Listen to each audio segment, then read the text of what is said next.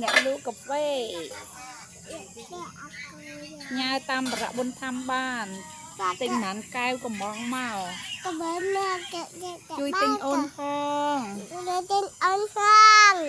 អូនអត់មានលុយទិញបោះគោមមុំទេជួយម៉ាក់ខ្ញុំផងជួយម៉ាក់ខ្ញុំលុយទេតាមើលកូន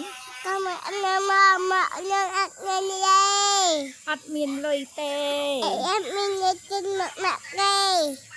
តាខ្ញុំពិការជើង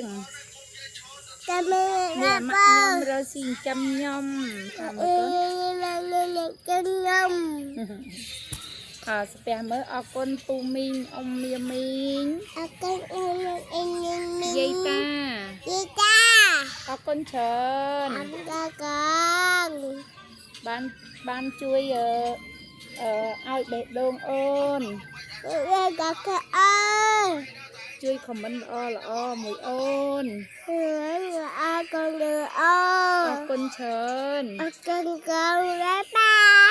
បាយបាយ